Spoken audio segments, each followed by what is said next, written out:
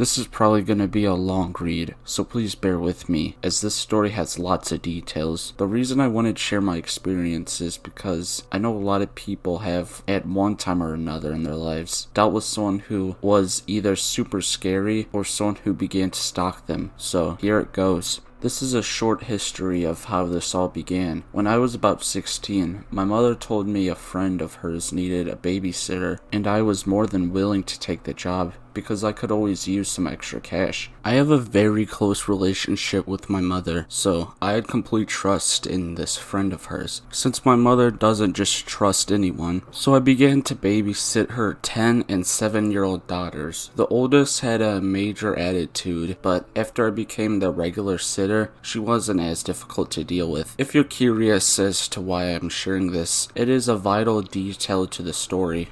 Let's fast forward several years. I'm about 19 years of age now. I know this because I had graduated from high school the year before. This was a major deal in my life, so it's all very vivid in my mind. I hadn't babysat for this family in about 2 years by this time. I was pretty busy with going to college and working my part-time job and spending my spare time with family and close friends. One day, my mother approaches me and asks if I would be willing to befriend a girl that her parents felt needed socialization. She gave me a few details before I decided on what to do. She told me that the girl that she wanted me to befriend was one of the girls I used to babysit for. I asked her who she was referring to because I sat for several families when I was a full-time babysitter. She told me who it was. I was slightly hesitant because of the attitude she had when I first met her, but I was always open to helping other people in any way that I could. I began to get together with her every once in a while. I would invite her to small gatherings with some of my other friends, but only if there were other younger ones there too. I was always in groups of people of various ages, usually around the ages of 13 and up though, and always with both guys and girls. My older friends and I were sort of the big sisters of the group. So that's why we were always happy to have those type of get-togethers. She slowly opened up to me, and one day she began to share with me that she was dealing with depression and often felt she was unloved by her family and friends. She also told me she used to have mental problems and used to cut herself. Well, the reason I took to her more than the other younger girls is because I had dealt with those same exact thoughts and feelings when I was around her age. So I wanted to do my best to give her a listening ear and a shoulder to lean on. I would give her some advice, anything that I thought would benefit her. Once she felt she could trust me, I tried to broaden her horizon, but things slowly would take a strange and eventually sinister turn. Now when I would try to invite her to our usual get-together or social events, she seemed very standoffish. I was a little surprised, but not too much because I knew how difficult things were for her, and it did take her some time to warm up to people. Eventually, she began to try and drag me along with her when she had one of her "I don't want to be here" attitudes. For example, we would go to the house of another friend of mine, and there would be maybe 6 or 8 of us in total, and we would watch movies or do something else. This was before the days of social media, and the everyone has a cell phone era. At first, she seemed like she wanted to go, but as soon as we got to wherever it was, she wanted to leave. She would pull me aside and say, "I don't want to be here, let's go." Well, I at first was kind and would tell her, "Come on, let's just stay for a while, and if you still don't want to stay, we will leave." I soon learned that she didn't want to stay, even if we were all having a great time. Eventually, she kept pulling me aside whenever we were in group settings, so I just eventually stopped inviting her altogether, because all she wanted to do was leave, no matter what the circumstances were. I mention this because it's another vital part of the story. I would just spend time with her every once in a while, just her and I. She began to call me on a daily basis. It started with 2 to 3 times a day, and eventually got up to 7 to 10 times every single day. As I said before, this time in my life, I was always extremely busy, so I wasn't always home. I had my own telephone landline because I was able to pay for it myself. I had an answering machine, not voicemail, because I was too cheap to pay for that feature I didn't need. Anyways, I would have to change the tapes way too often because of how much she would call me and leave messages after messages. She would leave messages like, "Where are you? Why aren't you answering my phone calls? Who are you with?" That was just a little too weird for me. Even when I told her that I wasn't always home until late in the evening or nighttime, and all she had to do was leave one message, as soon as I got home, I would still have a bunch of messages from her. I began to get really annoyed, but stupid me didn't listen to my gut instincts. I kept telling myself, she just needs a friend. It's not her fault. Boy, would I soon learn that was just not the case. Eventually, I kind of drifted away from her for a bit, not intentionally, just because things in life seemed to speed up, and I was even busier than before.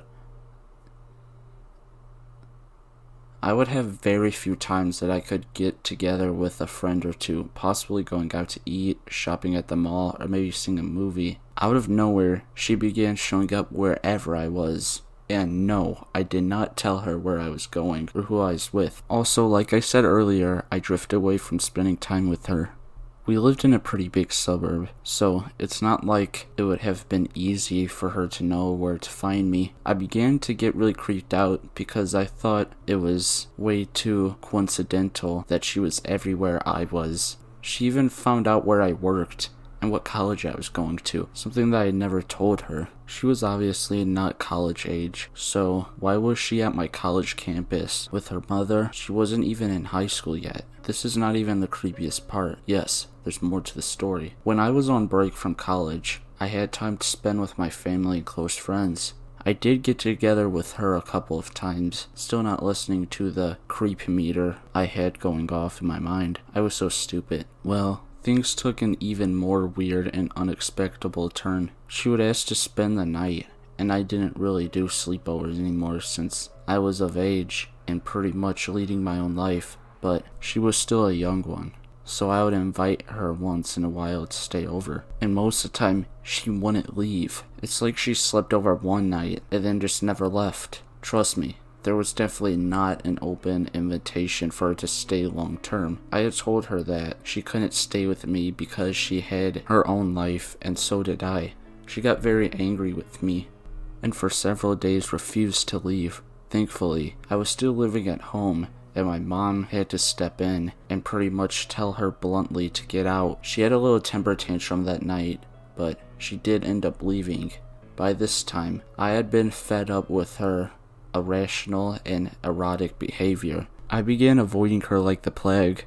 I began not to call her back, and if she was somewhere I would duck into hiding or try to lose her in a crowd. That didn't stop her from increasing her strange behavior.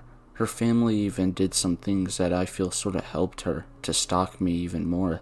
Now, this is not something I am making up. This actually happened to me. She moved to a street around the corner from where I lived. Now, that's not the scary part. Her and her family moved into a house, which, from her living room window, you could see directly into my backyard. And from there, you could see the window to my bedroom. Yes, that actually happened. I got chills when I found that out. One night, when I got home from work, I informed my mom, who was so busy socializing that she didn't even notice. That's when my mother tried to talk to her mom and tell her about this situation. Her parents both just ignored my mom's warnings. My mom tried to ask them to talk to her about backing off. Well, that didn't happen. Things just escalated from there. Her mom even tried to convince me to stay friends with her and wanted to pretty much pawn her daughter off on me. I don't even remember what she said to try and convince me. I just remember saying to myself, "Okay, lady, you're just as nuts as your daughter."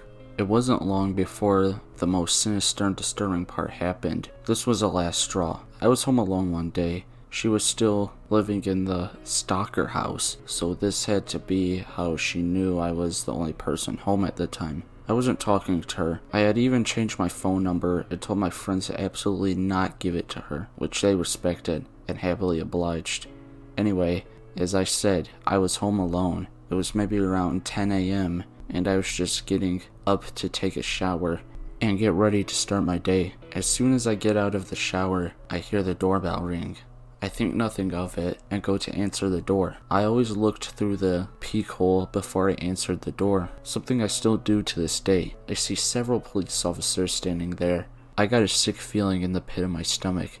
thinking something had happened to one of my family members. I answered the door and they asked me, "Are you B?" B is in reference to my stalker's name, using that to protect my identity. I answered, "No, she doesn't live here." The officer then asked, "Do you have any identification with you?" Which I answered, "Of course, but it's in the back of my house. I have to go and get it." Now mind you, I'm totally confused as to why they are at my door, why they're asking for my ID. The officer then proceeds to tell me that he has to come in with me to receive the ID. I just nodded in agreement, but still confused as to what was going on. So we go into my bedroom, and I grab my ID, and I show the officer who I am. He just says, "Okay, thank you. May we sit down for a moment and talk to you?" I of course agreed, and motioned him back into the living room, where the other officers had joined us. We sit down and they tell me that they received an anonymous phone call that there was a young lady that lived at my address by the name of B that might have taken her own life. I just sat there for a moment in complete shock. I told them that she used to be a friend of mine, but that I hadn't talked to her in quite a while. But she absolutely did not live here. They asked me if I had any contact information for where she was. Thankfully, I still had her info on hand. I gave them her contact information, such as telephone number and home address. They thanked me for my time and left. I thought that was the end of it, not by a long shot. I again apologize for the length, but this is all important for me to get out. After they leave, I called my mom immediately. She proceeded to tell me to come over to her workplace until I had to go to my classes for the day. I hightailed it and drove to her office. Since she owned the business, it was no problem for me to stay there for a few hours. I stayed there until I had to go to class, and then went on with the rest of my day, although I was still pretty shaken up a bit. The rest of the story is from third-person perspective. All of my close friends knew about the situation by this time because her behavior was too psychotic for me, and I was going to do whatever I needed to so I could be safe. I believe a few friends of mine and myself were at a coffee shop, one of the internet cafes from back in the day, and we were talking when another mutual friend walks in. It comes up right to us, looks at me, and says, "I have to tell you something." I told her to go ahead. Apparently, a few days before, they had a run-in with B and said she looked eerily exactly like me. My jaw dropped and I asked, "What do you mean?" We in no way looked similar, in no shape or form. Well, she apparently had began to dress very much like me, dyed and styled her hair like mine, wore the same kind of bracelets I wear, and etc., and just looked exactly like me. I was shocked to my very core. A little while later, I had been on a phone call with a couple of my friends. I had a three-way calling feature where you could call two people at once and all talk to one another. One of my friends on the line had informed me on what they heard about why the suicide report incident occurred.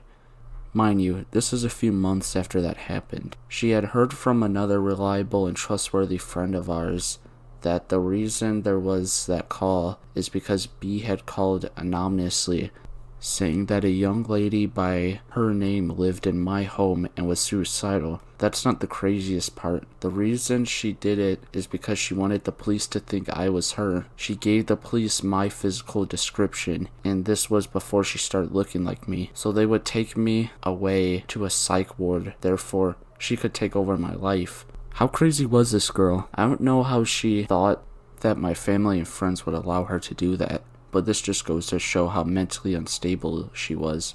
Now, the timing for me was perfect. I only say this because I was getting ready to move away from the area I was in, because I had a new job. My family was moving away with me for obvious reasons, so we in fact did move away, and it was the best thing to ever happen to me, because she had just gotten worse and worse over time. She began to harass my close friends, trying to get my whereabouts, like my address, phone number, where I'd moved to. They didn't give her any of my information, since they knew how psychotic she was. At one point, She even began to stalk the brother of one of my very close guy friends, just so she could try to intimidate him to tell her where I was. He had to have his grandparents step in because he wasn't of age yet. I have no idea what happened to that situation from there, since I had moved away by then and the internet wasn't like how it was today. Now, let's fast forward to 2012. Mind you, the stalking began around the year 2000. Obviously, since it's 2012, social media is a big thing, and of course, I had a Facebook account. I didn't even think of my privacy because to me, all of that was long behind me, and I had eventually forgotten about B. One day, I go to sign in and take a wild guess as who tried to friend me on Facebook. My heart sank into my stomach for a second. There was a long pause. Then, the first thing I did was delete her request and then block her fast. Thinking I had taken care of the eerie online encounter, I was wrong yet again. She began to have her quote friends message me, asking me why I didn't accept her request. Why did I block her? Blah blah blah. I just blocked each and every person that contacted me until the messages just eventually stopped. Not quite to the end yet. Sorry everyone. I really didn't want to make it this long, but it's just how the story goes. The last run-in I had with her online was when she tried to contact me through every single social media account I had. Twitter, Instagram, everything. I blocked her on everything, obviously. She then proceeds to try to make fake accounts using my photo and name. I thought, okay, Miss Crazy, I'll fix your fanny. As you must know by now, I am more assertive and didn't take any kind of craziness from anyone. I had all the fake accounts closed by reporting them to all the social media outlets, but not before getting as much information as I could, reporting her to the proper authorities. Thankfully, I had documented everything that happened in the past and kept it all stored away. What can I say? I'm a pack rat. Once I get the reports out, the contact stops. I also changed my name that I use on every social media account I have. Instead of using my legal name, I use a fake name instead. This is one thing she does not know about me. No one except my immediate family knows about this little fact. I also put everything on super private. Now, one last fast forward. May 2016. I turn my phone on like I do every morning, and after my phone loads up, it says, no service. I knew that there had to be a mistake, so I called the phone company, asked them why my phone had no service since I had just paid my bill. They look on their system and proceed to tell me that in their notes, they received a phone call a few hours earlier that morning from a young lady. They assumed it to be me, I guess, and she said that she had a new phone and that the number needed to be transferred to this new phone. When they told her that the name didn't match on the account, somehow, I have no idea how, she got them to change the name on my account from my name to hers. I have no idea what she wanted to accomplish by doing this, and even worse, how in the hell she got my number. I explained that this person was a longtime stalker and that I had reports to the police and that I have to be protected against her because she is capable of anything. So they asked me to go into their corporate office so they could change everything back to its original state, as well as putting some security measures on the account so that this wouldn't happen again. Now, since then, so far, I hadn't had any more incidents. I am absolutely on high alert because if she was willing to wait 16 years and still wants to find me for whatever reason, there's no way in hell I'm going to let my guard down. The only reason I didn't file restraining orders because as far as I know, she does not know where I live, and I want to keep it that way. However, if she thinks that I won't ever file one, if she does find me, she's got another thing coming. So B, let's never meet again.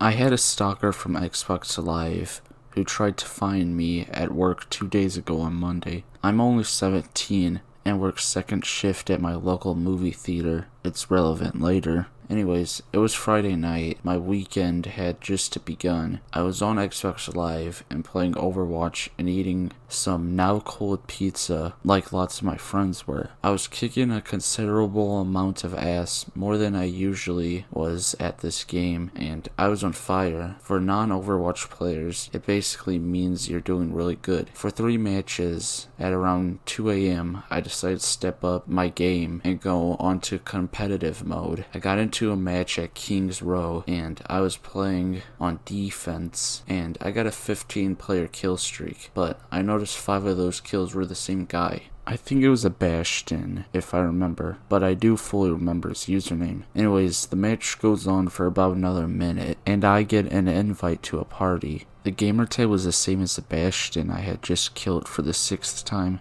I wasn't in a party, since all my friends had called it a night, except for me at that point. I decided that whatever he wanted to say could be interesting, so I add him. Now, I usually expect some kids a few years younger than me to be trash talking me, but to my surprise, it was a full-grown man on the other end. More to my surprise, he sounded about in his 30s, rather than closer to my age, and he had a thick Spanish accent. Immediately, this guy starts cussing me out. I can't lie when I say I half expected this to happen when I got a party invite. Now, I have the mentality where if you're a jerk to me, then I return the favor. I replied with the classic, "Oh, you mad, bro?" The guy does acknowledge what I said. Instead of saying that he would make out with my mom or something like most people did, this guy said, "F you and your entire family. I will make sure to decapitate your mother and make your dad eat her head." I was sort of shocked by this, but it didn't last. "Bro, take a freaking chill pill." "No, I want you to." He stopped. I noticed why.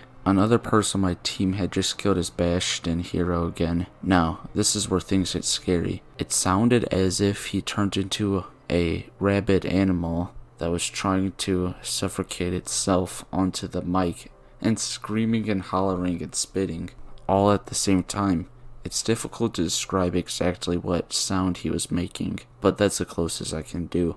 Inhuman noises were coming from this person, as if he was being gutted and possessed by a demon at the same time. It was a grown man too, which made the entire thing scary compared to laughing my ass off when a 12-year-old loses it. The match ended. The enemy team didn't even get the payload moving. The man loses his mind some more because he lost. Then I decide to be a ass again and not take this clearly crazy guy's crap. Look, it's not my fault you suck at this game. You're just being treated like the child you really are. Grow the hell up, man. The Spanish guy didn't like this. He just hollered, "F you!" into the mic for, no joke, 20 seconds. It started getting all crackly. He was being so loud he was breaking his mic. He then removed me from the party, and I decided that since the match was over, I should just call it a night, just like my friends had. My overall reaction to what just went down was,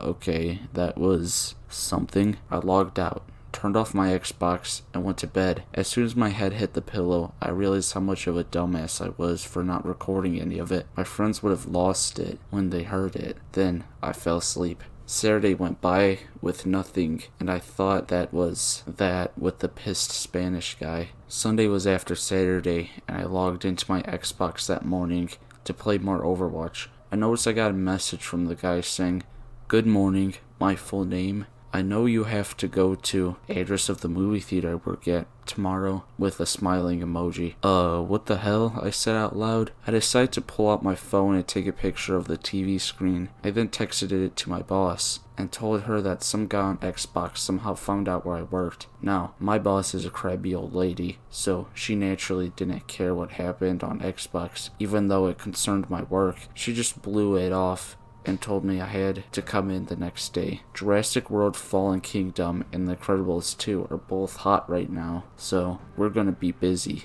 I end up coming the next day at 5:30. It was pretty boring and busy like I predicted, up until 8, when a super short guy came through the door. It was loud and pretty crowded, but the guy freaking hollers my full name, and I realize it's the same thick accent from Xbox. Oh damn, it was him. I still to this day don't know where he got my info from, or why he decided to come all the way to where I worked. The theater fell silent. I just walked to the back room where my boss was, and told her that the guy from Xbox was inside. She repeated the whole I don't care what happens to you on Xbox. Get back to work. We're busy. Rant that she texted me the other day. I repeated to her that the guy was inside the building.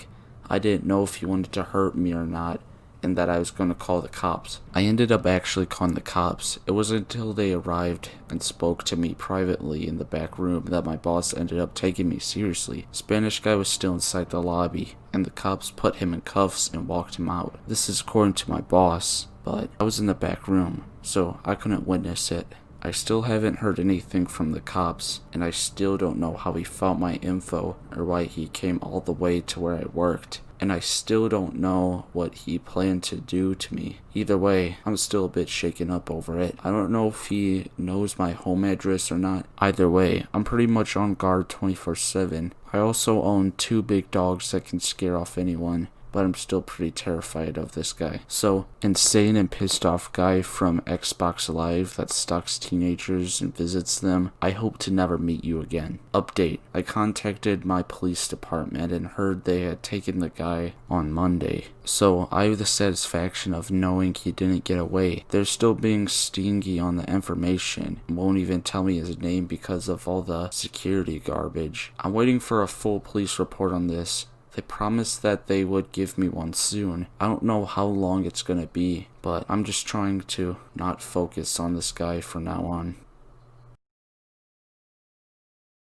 Back in 2013, I was living with my ex at the time who lived near a nice country village, and as I was in between jobs at the time, I picked up a job at a local garden store.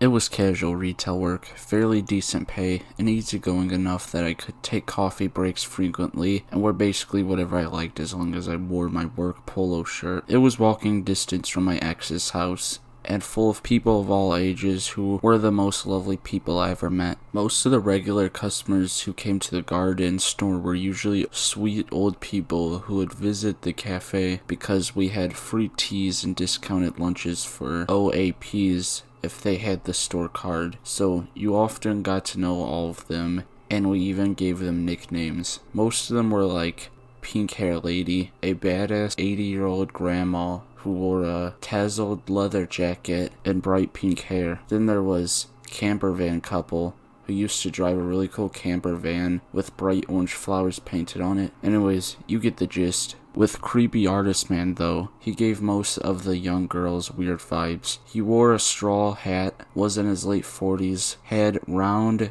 gold-rimmed glasses, and would wear strange graphic shirts with naked people on them, or other inappropriate things. He always wore ripped jeans where his knees were always hanging out of them, which were always dirty, with paint or mud or something. He had this weird half smile that would never leave his face, and a kind of leer that made people feel uncomfortable. He would take off his glasses and clean them constantly, which kind of made you feel like he was trying to get a better look at the girls who worked there. Anyways, it was a roasting hot summer day, and I gratefully accepted the job of watering the hanging baskets outside, where I could avoid the humid, sweaty heat of the greenhouse. I was wearing black shorts and my red polo, and my tool belt, and black pants as I went. With the hose in my hand, I was busy but enjoying the solitary job at the quietest part of the garden. Well, hello there, came from behind me. He slipped out behind some wooden trellis and looked at me up and down with his weird, too small teeth. His eyes lingered on me for what felt like an uncomfortable few seconds, and I turned off my hose and asked him if he needed anything. He shook his head and kind of shrugged, still smirking at my legs. Me, okay sir, have a nice day, let me know if you need anything. Then I turned to continue. Then the weird guy says, I've never seen you here before. You're a new one. Me, huh? Me? Well, I've been working here for 8 months now. Creepy guy. I must have missed the memo that a beautiful young lady like you started. You have a nice tan. You look young. Me. Thanks. I'm 23. Anyways, I have to get back to work. Weird guy. Nice to meet you, Casey. I suddenly remembered my name badge and get slightly irritated that he now knew my full name. I make a beeline for the smoking area, where the tool shed was, with an excuse to grab some smaller gardening gloves, and by the time I returned to the floor, he had left. As the weeks went by, he would come into the store regularly, usually mid-afternoon, coincidentally, or so I thought, around the same time my shift started. Most of the time, I was the only cashier, so I would have to serve him. He would buy the most smallest, pointless things, like floristry wire or a tiny bag of bird seeds. It seemed like he would purposely make a purchase with the intention of interacting with me. He would make comments about my appearance. Statements mostly like, "You have your hair different today. Yesterday, you had it down. You have new glasses." Or, "That's a different lip color than you used yesterday." He would always announce my name loudly during every interaction. I felt uncomfortable, but I was 23 and just politely shrugged it off. Around Christmas time, I was decorating the artificial trees, and he cornered me in the quote forest of the back of the store. He jumped out from behind me and made me jump, and I was kind of pissed about him doing that because I dropped a glass ornament and it had shattered. He also bent over to grab it, but using me as quote support and telling me not to touch the glass. His grip was scarily tight and forceful, and his hands were clammy and gross. I slipped my hand out of his grip and asked if I could help him with anything. That's when it got weird. He pulled out a leaflet from his back pocket and told me that he was an artist and had a Christmas art show happening in the local church hall, and he wanted me to go with him. He told me that he was a painter and he thought I would like his work. Also, I had never indicated that I was interested in art at all to him, or anyone else for that matter, which is why I thought it was strange. I asked him if he wanted me to pen the leaflet to the local event board, and he reached out and touched my arm and said, "No, the intervention is only for you." He pointed his finger and jabbed it into my shoulder and said, "You." So I'm standing there in a dark corner, obscured from view by artificial Christmas trees, just kind of cornered by this guy who's trying to touch me. I cringed and walked away and said, "Sorry, but I'm busy with my boyfriend that day. Sorry," and kind of scampered off. I remember feeling really strange after that. The fact he tried to grab me and jabbed his finger into my chest that way. I told a few of my colleagues about it, and they all told me they would warn me next time he was in the store, so I could maybe hang out in the break room until he was gone. Well, that memo must have missed a few of the temporary Christmas staff, because one day I get told by one, "Your friend is asking for you. He is at the tills." It wasn't unusual for my friends to stop by, as it was a fairly popular place for gifts and stuff. So think it was maybe my ex's mom or something. I head to the till, and there he is. He's holding a piece of paper. I cringe, but he had seen me now, so I walk over and ask what he needed from me. He passed the paper over and asked me to open it. Folded up, it was a drawing of me, watering and hanging the baskets in a sexual kind of position. I kind of stood there and said, "Thank you," but I couldn't keep it, as I thought it was inappropriate to take gifts from customers. I handed it back to him, and he kind of looked at me with an angry stare. He turned around and walked out without another word. By this point, I had had enough.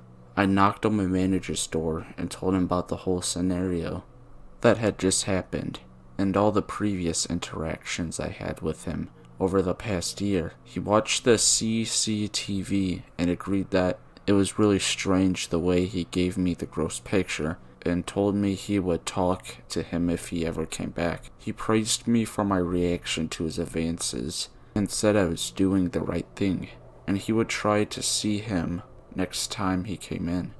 The next day was a Sunday, and I was not due into work. My boss calls me and tells me he just received a call from HQ, stating that an anonymous caller had called in to report a staff member inappropriately coming on to a customer. The staff member they've described and named was me. The caller said that I had been inappropriate towards him at work. I had sent him the weird picture, and I had, quote, leaned on him, and that I had been trying to pursue him for over a year. The jerk even described a fictitious relationship we had, and ranted loudly about how I'd been cheating on my boyfriend before hanging up. HQ luckily didn't believe a word, as my manager had already mentioned the guy to the higher-ups, but they thought it was wise to let me know about this crazy guy and suggested I report it to the police. The next day, I did just that. The officer I spoke to said he matched the description of a man who would often harass younger ladies in the local area. He was known to stalk women in his car and attempted to abduct someone 4 years ago. The police officers assured me they would file the report and talk to him officially, and that he was not allowed in the garden store or anywhere near me again, and if he did, I was to call the police and he would be arrested. Unfortunately though, it never stopped him from sending a ranting letter to my workplace addressing to me saying he would kill himself if I didn't take him back and receive his gift he drew for me. Unfortunately, the police saw this as unsolicited contact and he was thankfully arrested. So creepy artist guy, let's never meet again. Ever again.